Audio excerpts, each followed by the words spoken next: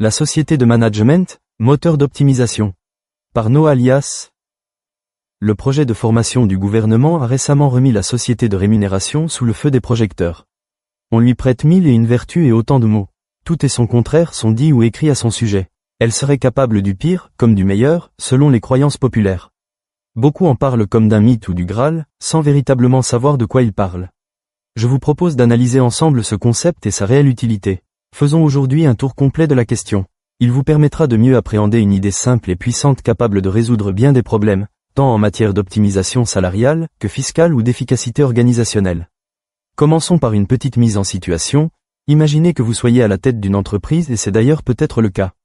Au lieu d'assumer ce rôle directement en tant qu'individu lambda, on parle alors d'un statut de dirigeant.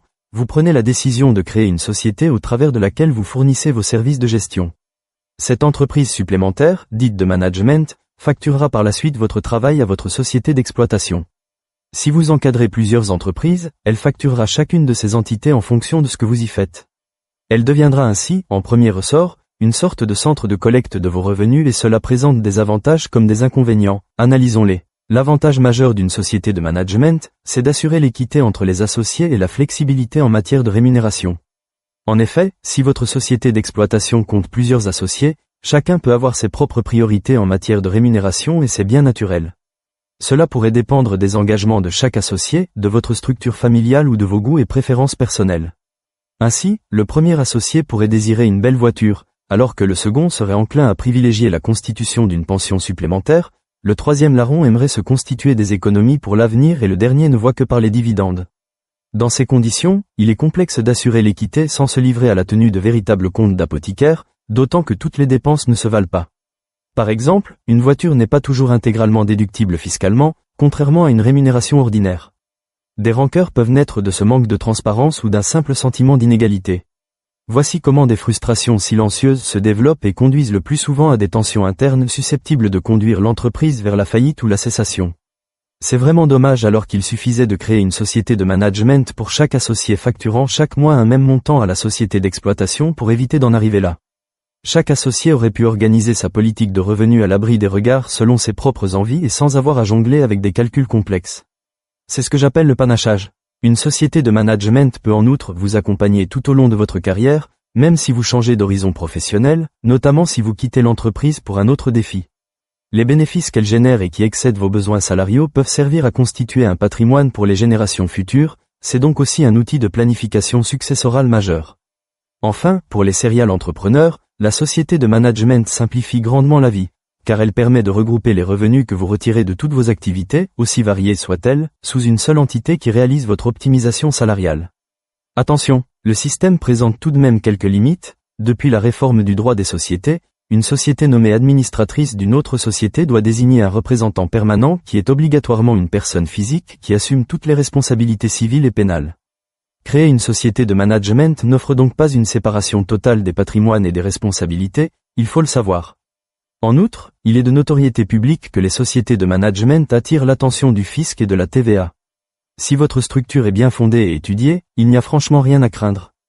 Assurez-vous simplement de faire rédiger par un professionnel une convention de management en bonne et due forme, solide et équilibrée, stipulant clairement les prestations fournies ainsi que tous les détails utiles comme les modalités de paiement et respectez-la à la lettre. Elle doit véritablement devenir votre livre de chevet, car c'est le talon d'Achille du concept. Si vous déviez librement ou par méconnaissance des règles de votre propre convention, vous créez une brèche dans le système permettant au fisc de rejeter la déductibilité des factures de votre société de management. Bref, c'est la catastrophe. En effet, retenez que les agents de l'administration sont conditionnés pour considérer ce type de structure comme des outils d'abus fiscaux bien qu'elles soient parfaitement légales. Pour contrer l'opposant, il est important de prouver la réalité des prestations fournies par votre société de management et cela se fait notamment à l'appui d'un contrat juridiquement valable. Il ne suffit donc pas d'émettre des factures, une documentation contractuelle de qualité, ainsi que beaucoup de rigueur de votre part, sont essentiels pour éviter tout problème. En conclusion, la société de management est-elle une si bonne idée pour vous ? Cela s'apprécie au cas par cas. Avant de vous lancer, posez-vous les bonnes questions et obtenez des réponses de professionnels de qualité. Ne laissez rien au hasard et, dans le cas précis des sociétés de management, ne négligez surtout pas l'angle juridique du plan d'optimisation qui doit être en béton armé. L'avis d'un expert Hello peut vous aider à faire le bon choix.